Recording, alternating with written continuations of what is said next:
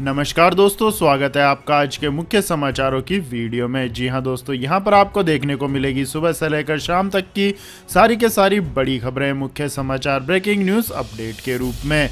तो दोस्तों आपसे रिक्वेस्ट है इस वीडियो को ज़्यादा से ज़्यादा लाइक और शेयर करें। तो दोस्तों जानते हैं आज की पहली बड़ी खबर। मुंबई में कोरोना ने फिर मचाया कोहराम। कल की तुलना में 40% अधिक पॉजिटिव केस आए सामने। जी हां दोस्तों, देश की आर्थिक राजधानी मुंबई में बुधवार को कल की तुलना में कोविड संक्रमितों की संख्या में 40% से अधिक की वृद्धि दर्ज की गई। आपको बता दें कि इससे पहले के 4 दिनों में दैनिक मामलों में कमी देखी गई थी।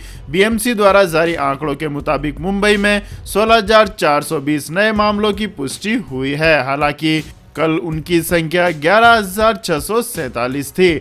नगर निगम के आंकड़ों के अनुसार बुधवार को पॉजिटिविटी रेट 24.38% रही। नगर निगम के अधिकारियों ने कहा कि सकारात्मकता दर में वृद्धि होगी क्योंकि केंद्र ने अब राज्यों और केंद्र शासित प्रदेशों को केवल सिम्टोमेटिक रोगियों की जांच करने के लिए कहा है। उन्होंने कहा है कि ऐसी अधिकांश मरीजों के कोरोना पॉजिटिव होने की संभावना प्रबल है, इसलिए सकारात्मकता दर में वृद्धि होगी। बुधवार को नगर निगम क्षेत्र में 67,339 टेस्ट किए गए। इसके बाद दोस्तों अगली खबर, 24 घंटे के भीतर दिल्ली में हुई 40 मौतें, 27,561 नए केस आए सामने।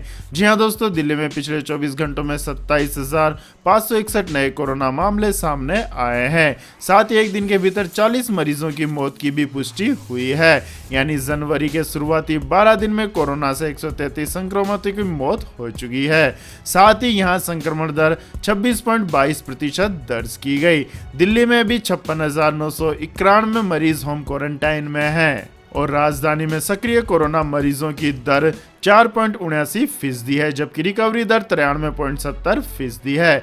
24 घंटे में 14,957 लोग डिस्चार्ज हुए हैं। अब तक कुल 15,05,031 लोग कोरोना को हरा चुके हैं। दिल्ली में कंटेनमेंट जोन्स की संख्या अभी 20,878 है, जबकि कोरोना डेथ रेट 1.56% है। इसके बाद अगली खबर, कोवैक्सीन का बूस्टर डोज ओमिक्रॉन और डेल्टा वेरिएंट को करता है बेहतर, भारत बायोटेक का दावा। जी हां दोस्तों, भारत में कोरोना वायरस के बढ़ते मामलों के बीच स्वदेशी वैक्सीन कोवैक्सीन को लेकर भारत बायोटेक ने बड़ा दावा किया है। भारत बायोटेक ने मंगलवार को कहा कि कोवैक्सीन का बूस्टर डोज कोरोना वायरस के ओमिक्रॉन और डेल्टा वेरिएंट को बेअसर करता है। कंपनी ने बूस्टर डोज पर जारी शोध के शुरुआती नतीजे आने के बाद यह दावा किया है। भारत बायोटेक ने कहा कि हमने पाया है कि टेस्ट सीरम के 100% सैंपल ने डेल्टा वेरिएंट को बेअसर कर दिया और 90% से अधिक टेस्ट सीरम के सैंपल से ओमिक्रॉन वेरिएंट को बेअसर कर दिया है। भारत बायोटेक का कहना है कि ट्रायल के दौरान वैक्सीन की बूस्टर डोज लेने वाले लोगों में 2 डोज देने वालों की तुलना में एंटीबॉडी 5 गुना बढ़ी है। इसके बाद दोस्तों जान लेते हैं अगली खबर, Bharat South Africa test match में टीम इंडिया को मिली बढ़त, रबाडा पर भारी पड़े बुमराह। जी हां दोस्तों, टीम इंडिया ने तीसरे टेस्ट में गेंदबाजी के दम पर शानदार वापसी की है। मैच के दूसरे दिन बुधवार को मेजबान साउथ अफ्रीका की टीम 210 रन बनाकर आउट हुई। कीगर पीटरसन ने 72 रन की महत्वपूर्ण पारी खेली। तेज गेंदबाज जसमीत बुमराह ने 5 विकेट झटके। भारत ने पहली पारी में 223 रन बनाए थे। कासिगो रबाडा ने 4 विकेट लिए थे। इस तरह से भारत को 13 रन की बढ़त मिली है। ऐसे में टेस्ट रोमांचक मोड़ पर आ गया है। 3 मैचों की सीरीज अभी 1-1 से बराबर है। यह मैच जीतने वाली टीम सीरीज पर भी कब्जा कर लेगी। आपको बता दें दोस्तों, टीम इंडिया अब तक साउथ अफ्रीका में टेस्ट सीरीज नहीं जीत सकी है। अब बल्लेबाजों को दूसरी पारी में अच्छा प्रदर्शन करना होगा। कप्तान विराट कोहली और चेतेश्वर पुजारा के अलावा सभी बल्लेबाज पहली पारी में फेल रहे थे। सीरीज का पहला टेस्ट भारत ने जबकि दूसरा टेस्ट साउथ अफ्रीका ने जीता था। इसके बाद अगली खबर, यूपी इलेक्शन को लेकर बड़ी खबर, योगी आदित्यनाथ अयोध्या से लड़ेंगे चुनाव। जी हां दोस्तों, योगी आदित्यनाथ यूपी विधानसभा चुनाव लड़ेंगे। अब इसको लेकर बड़ी खबर आई है। सूत्रों के मुताबिक सीएम योगी आदित्यनाथ अयोध्या से चुनाव लड़ सकते हैं। आपको बता दें कि उत्तर प्रदेश का सीएम बनने से पहले योगी गोरखपुर लोकसभा सीट से सांसद थे।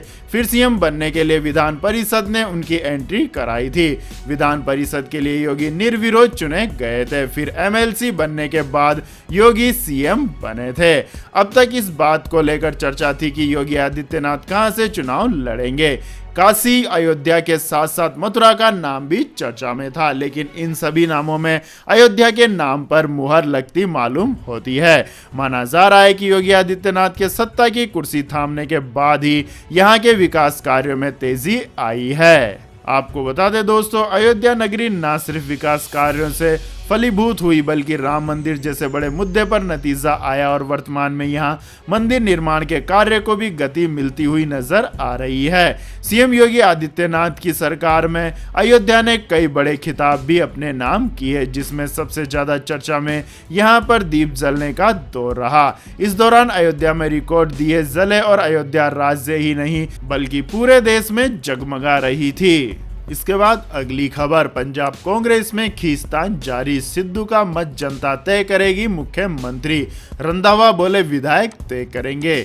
जी हां दोस्तों, पंजाब विधानसभा चुनाव का कार्यक्रम जारी होने के बावजूद कांग्रेस के नेताओं में खींचतान जारी है। मुख्यमंत्री पद को लेकर कांग्रेस में मतभेद सामने आ रहे हैं। कांग्रेस के प्रदेश प्रधान नवजोत सिंह सिद्धू ने एक दिन पहले कहा था कि राज्य में अगला मुख्यमंत्री कांग्रेस हाईकमान नहीं बल्कि लोग तय करेंगे। दूसरी ओर उप मुख्यमंत्री व गृह मंत्री सुखजिंदर सिंह रंधावा का कहना है कि पार्टी की यह प्रथा कभी भी नहीं रही है। 2017 में कैप्टन अमरिंदर सिंह को छोड़कर आज तक ऐसा नहीं हुआ है कि पार्टी हाईकमान ने पूर्व में मुख्यमंत्री का ऐलान किया हो। उप मुख्यमंत्री रंधावा ने कहा कि नवजोत सिंह सिद्धू विधानसभा में ऑन रिकॉर्ड यह कह चुके हैं कि एक विधायक 2 लाख लोगों का प्रतिनिधित्व करता है, अतः 2 लाख लोगों का प्रतिनिधित्व करने वाले विधायक ही विधायक दल की बैठक में तय करेंगे कि मुख्यमंत्री कौन होगा। इसके बाद अगली खबर, स्वामी प्रसाद मौर्य के खिलाफ कोर्ट की कार्यवाही, गिरफ्तारी वारंट जारी। जी हां दोस्तों, सुर्खियों में चल रहे यूपी सरकार के पूर्व कैबिनेट मिनिस्टर स्वामी प्रसाद मौर्य की मुश्किलें बढ़ती दिखाई दे रही है। मौर्य के खिलाफ कोर्ट ने गिरफ्तारी वारंट जारी किया है। स्वामी प्रसाद मौर्य पर धार्मिक भावनाएं भड़काने के मामले में कोर्ट ने यह कार्यवाही की है। आपको बता दें कि यह मामला 7 साल पुराना है। तब स्वामी प्रसाद मौर्य ने कथित रूप से बहुजन समाज पार्टी में रहते हुए देवी देवताओं पर आपत्तिजनक टिप्पणी की थी। इस मामले में उन्हें बुधवार को सुल्तानपुर की कोर्ट में पेश होना था, जहां यह जान लेना जरूरी है कि स्वामी प्रसाद मौर्य के खिलाफ एक गिरफ्तारी वारंट पहले से ही जारी है। उन्होंने इस पर हाई कोर्ट से स्टे ले रखा था। आपको बता दें दोस्तों, स्वामी प्रसाद मौर्य ने मंगलवार को योगी मंत्रिमंडल से इस्तीफा दे दिया था। यूपी चुनाव से ठीक पहले उनके इस कदम से राज्य की सियासत को नई हवा दी है। उन्होंने अपना त्यागपत्र ट्वीट करते हुए लिखा कि ये दलितों, पिछड़ों, किसानों, बेरोजगार नौजवानों एवं छोटे, लघु एवं मध्यम श्रेणी के व्यापारियों की घोर उपेक्षात्मक रवैये के कारण उत्तर प्रदेश के योगी मंत्रिमंडल से इस्तीफा देता हूँ। इसके बाद अगली खबर, मुंबई में 500 वर्ग फुट तक के घरों पर संपत्ति कर नहीं। जी हां दोस्तों, महाराष्ट्र की राजधानी मुंबई में 500 वर्ग फुट तक के घरों को संपत्ति कर से मुक्त करने का निर्णय बुधवार को महाराष्ट्र सरकार के मंत्रिमंडल में पारित हो गया है। इसका लाभ मुंबई के 16 लाख से ज्यादा घरों को होगा। माना जा रहा है कि उद्धव ठाकरे सरकार ने यह निर्णय कुछ ही महीनों में होने जा रहे मुंबई महानगर पालिका चुनाव के कारण लिया है। शिवसेना ने 2017 में महानगर पालिका चुनाव से पहले ही घोषणा की थी कि वह पुनः सत्ता में आई तो वह 500 वर्ग फुट तक के घरों से संपत्ति कर का प्रावधान समाप्त कर देगी। तब शिवसेना सत्ता में आई, लेकिन मुंबई वासियों को यह राहत नहीं मिल सकी, जबकि पिछली भाजपा नीति सरकार में भी शिवसेना हिस्सेदार थी। अब फिर महानगर पालिका चुनाव सिर पर हैं। शिवसेना के लिए अपना पुराना वादा ही लेकर जनता के बीच जाना मुश्किल दिख रहा था। इसलिए नगर विकास विभाग का प्रस्ताव था कि मुंबई वासियों को यह राहत इस वर्ष अप्रैल से दी जाए, लेकिन मुख्यमंत्री उद्धव ठाकरे ने 1 जनवरी 2022 से ही यह राहत देने का निर्णय किया और आनन फानन में नगर विकास विभाग को यह प्रस्ताव तैयार कर मंत्रिमंडल के सामने रखना पड़ा। इसके बाद दोस्तों जान लेते हैं आज के मौसम समाचार। लेकिन दोस्तों मौसम समाचार जानने से पहले आप लोगों से गुजारिश है कि इस वीडियो में दिखाई गई खबरें अगर आपको पसंद आई हो तो इस वीडियो को लाइक करें, शेयर करें और हमारे चैनल को सब्सक्राइब करें। तो दोस्तों जान लेते हैं आज के मौसम अपडेट्स। कड़ाके की ठंड से कांपा उत्तर भारत, शीतलहर और बारिश से बढ़ेगी मुश्किलें। जी हाँ दोस्तों, पंजाब, हरियाणा और चंडीगढ़ में 13 से 15 जनवरी के दौरान और उत्तर पूर्वी राजस्थान में 12 से 14 जनवरी के दौरान शीतलहर की स्थिति रहने की संभावना है। यह जानकारी भारत मौसम विज्ञान विभाग ने दी है। साथ ही बताया है कि अगले 2 दिनों के दौरान पंजाब, हरियाणा और चंडीगढ़, पश्चिमी उत्तर प्रदेश, उत्तरी राजस्थान, मध्य प्रदेश और गुजरात में अलग अलग इलाकों में ठंड के मौसम की संभावना है। इसके अलावा अगले 4 से 5 दिनों के दौरान पंजाब, हरियाणा, चंडीगढ़, दिल्ली, उत्तर प्रदेश और अगले 2-3 दिनों के दौरान उत्तरी राजस्थान और उत्तरी मध्य प्रदेश में रात और सुबह के घंटों में कुछ अलग अलग इलाकों में घना कोहरा छाए रहने की संभावना है। आईएमडी ने कहा है कि 2 ताजा पश्चिमी विक्षोभ के 16 जनवरी से पहली बार उत्तर पश्चिम भारत को प्रभावित करने की संभावना है। इसके साथ ही 16 से 17 जनवरी को अलग अलग इलाकों में छिटपुट बारिश होने की संभावना है। पश्चिम हिमालयी क्षेत्र में काफी व्यापक बारिश होने की संभावना जताई गई है। साथ ही अगले 2-3 दिन के लिए आसपास के मैदानी इलाकों में छिटपुट बारिश होने का अनुमान है।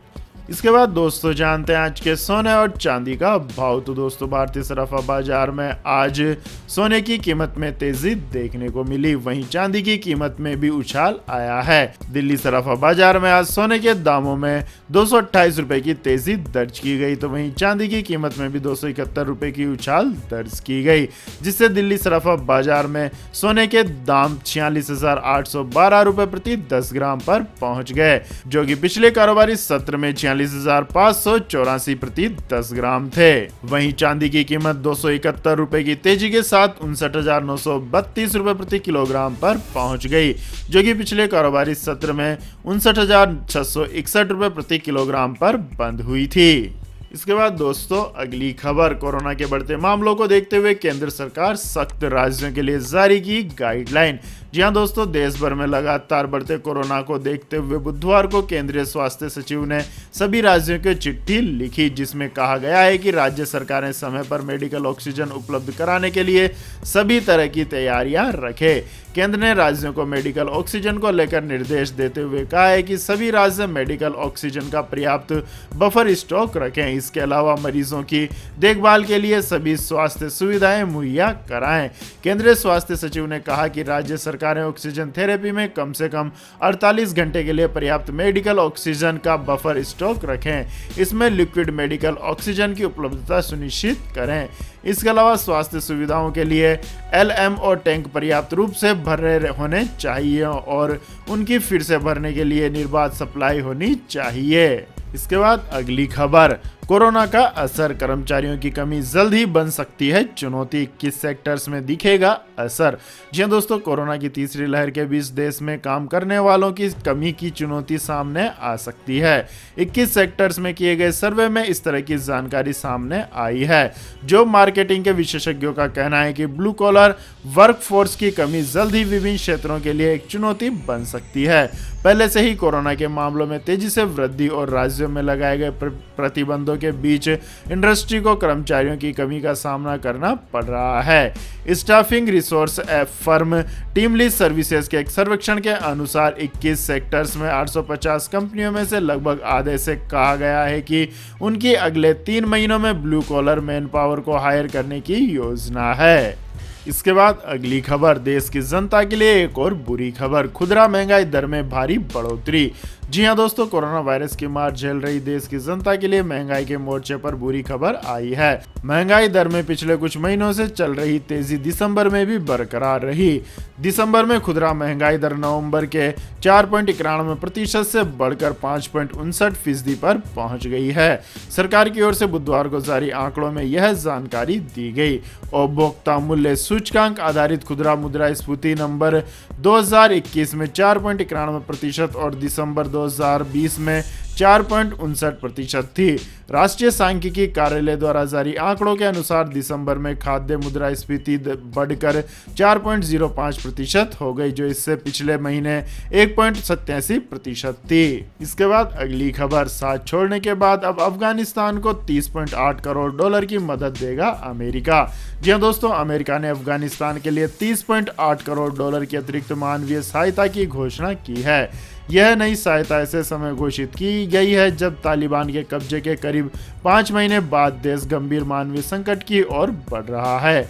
व्हाइट हाउस की प्रवक्ता एमिली हॉर्न ने मंगलवार को जारी बयान में यह कहा है कि अंतर्राष्ट्रीय विकास के लिए अमेरिकी एजेंसी से नई मदद स्वतंत्र मानवीय संगठनों के जरिए दी जाएगी। इससे आश्रय, स्वास्थ्य, सर्दियों से बचने के लिए सहायता, आपात खाद्य सहायता, पानी और स्वच्छता सेवाओं पर खर्च किया जाएगा। इसके बाद अगली खबर, सावधान, कोविड के बूस्टर डोज के नाम पर हो रही है ठगी। ओटीपी बताते ही खाली हो सकता है बैंक अकाउंट। जी हां दोस्तों, देश में इस समय कोरोना की तीसरी लहर चल रही है और इस लहर में साइबर ठगों ने कोरोना के बूस्टर डोज के नाम पर ठगी शुरू कर दी है। लोगों को ठगने का मौका एक नए घोटाले में साइबर अपराधी बूस्टर वैक्सीन की जानकारी देने के बहाने लोगों से अहम जानकारियां निकाल रहे हैं। दरअसल साइबर ठग एक कॉल करते हैं और बूस्टर डोज लेने के लिए कहते हैं और रजिस्ट्रेशन करने के बहाने लोगों से ओटीपी नंबर पूछ लेते हैं और उसी के जरिए उनके बैंक अकाउंट खाली कर देते हैं। कोरोना महामारी के मामलों में अचानक आए उछाल से देश में स्थिति लगातार बिगड़ती जा रही है। देश में पिछले 24 घंटों के दौरान कोरोना संक्रमण के 1,94,720 नए मामले सामने आए हैं, जिससे कुल सक्रिय मामलों की संख्या बढ़कर 9,55,319 तक पहुंच गई है। इसके बाद दोस्तों अगली खबर, चीन से युद्ध हुआ तो विजयी होंगे हम, आर्मी चीफ बोले 18 महीनों में बढ़ी है सेना की ताकत। जी हां दोस्तों, देश के सेना प्रमुख मनोज मुकुंद नरवणे का कहना है कि 18 महीने में भारत की सैन्य ताकत काफी बड़ी है। बुधवार को आर्मी चीफ ने कहा कि लद्दाख में सीमा के पास भारत ने अपनी स्थिति काफी मजबूत कर ली है। उन्होंने आश्वस्त किया है कि चीन के साथ युद्ध की स्थिति में भारत विजयी बनकर लौटेगा। वार्षिक आर्मी दिवस के मौके पर एक संवाददाता सम्मेलन में उनकी बात रखते हुए सेना प्रमुख ने साफ कहा है कि युद्ध अंतिम विकल्प है और चीन के साथ सीमा विवाद को सुलझाने को लेकर बातचीत लगातार जारी है। सेना प्रमुख ने कहा है कि जहां तक नॉर्दर्न फ्रंट की बात है तो वहां पर पिछले 18 महीनों में हमारी सैन्य ताकत काफी बड़ी है। उन्होंने कहा है कि युद्ध की स्थिति अंतिम उपाय है, लेकिन अगर युद्ध हुआ तो हम विजयी होकर लौटेंगे। इसके बाद अगली खबर, WHO की चेतावनी, ओमिक्रॉन वेरिएंट को हल्के में न लें, अस्पताल में भर्ती कराने पड़ रहे हैं मरीज। जी हां दोस्तों, कोरोना वायरस का नया और अधिक संक्रामक वेरिएंट ओमिक्रॉन इस समय पूरी दुनिया में तेजी से फैल रहा है। इसकी संक्रामकता क्षमता डेल्टा वेरिएंट से भी अधिक मानी जा रही है। हालांकि इसे इतना घातक नहीं माना जा रहा है, लेकिन विश्व स्वास्थ्य संगठन की ओर से कोविड-19 technical lead doctor Maria Van Kerkhove ने लोगों से अपील की है कि ओमिक्रॉन वह है जो हल्के में न लें। डॉक्टर केरखोव के अनुसार इस बात के सबूत बढ़ रहे हैं कि ओमिक्रॉन प्रतिरक्षा शक्ति को चकमा दे सकता है। डेल्टा की तुलना में ओमिक्रॉन से संक्रमण से कम गंभीर होने के कुछ साक्ष्य मिले हैं, लेकिन इससे हल्की बीमारी मानना एक गलती होगी।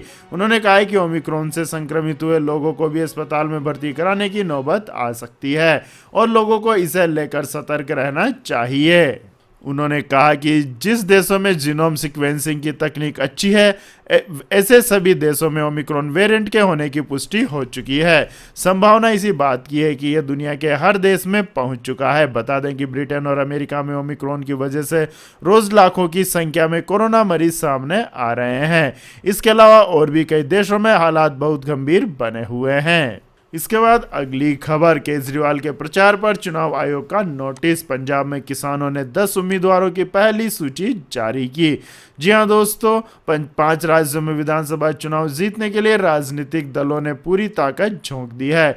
चुनाव नजदीक आते ही दल बदलने का सिलसिला भी तेज हो गया है। राजनीतिक पार्टियों ने प्रत्याशियों के नामों का भी ऐलान करना शुरू कर दिया है। इन सब के साथ राजनीतिक नेताओं की बयानबाजी और गुटबाजी भी अब सामने आने लगी है। खरड़ से आम आदमी पार्टी के उम्मीदवार गुरप्रीत सिंह को पंजाब के मुख्य चुनाव आयुक्त ने नोटिस जारी किया है। सिंह पर 5 से ज्यादा लोगों के साथ प्रचार करने का आरोप है। खरड़ के रिटर्निंग ऑफिसर ने भी आम आदमी पार्टी को आदेश आचार संहिता का उल्लंघन का नोटिस दिया है। पार्टी को पिछले 24 घंटों में जवाब देना होगा। बुधवार को आपके चीफ अरविंद केजरीवाल ने खरड़ के सिंह के साथ घर घर जाकर प्रचार किया था। इसके बाद दोस्तों जान लेते हैं अगली खबर। 2022 होंडा CB300R बाइक लॉन्च। इसमें 286 सीसी का liquid cooled single cylinder engine मिलेगा। कीमत होगी 2.77 लाख। जी हाँ दोस्तों, होंडा बाइक कंपनी ने 2022 होंडा CB300R मोटरसाइकिल को भारत में लॉन्च कर दिया है। कंपनी ने 2022 होंडा CB300R के एक शोरूम कीमत 2.77 लाख रखी है। नई CB300R में मैट स्टील ब्लैक और पर्ल स्पॉटनेस रेड 2 कलर ऑप्शन मिले हैं। कंपनी ने इसकी बुकिंग शुरू कर दी है। इसकी डिजाइन मॉडर्न एलिमेंट्स के साथ रेट्रो स्टाइल को मिक्स करती है। सर्कुलर हेडलैम्प में LED यूनिट और integrated LED daytime running light भी है। इसके किनारे slick LED daytime running light है। तो यह थी दोस्तों आज की सभी महत्वपूर्ण बड़ी खबरें। और दोस्तों बारी आती है आज के माइंड क्विज क्वेश्चन की, जिसका जवाब देकर आप बन सकते हैं एक शानदार उपहार के विजेता। तो दोस्तों आज का सवाल है, अशोक स्तंभ में कितने शेर होते हैं? जी हाँ दोस्तों, अगर आपको इस सवाल का जवाब आता है तो तुरंत कमेंट सेक्शन में लिख दीजिए। इस वीडियो को लाइक कीजिए, शेयर कीजिए और हमारे चैनल को सब्सक्राइब करके बेल आइकन का बटन भी दबा लें। धन्यवाद। जय हिंद, जय भारत, वंदे मातरम।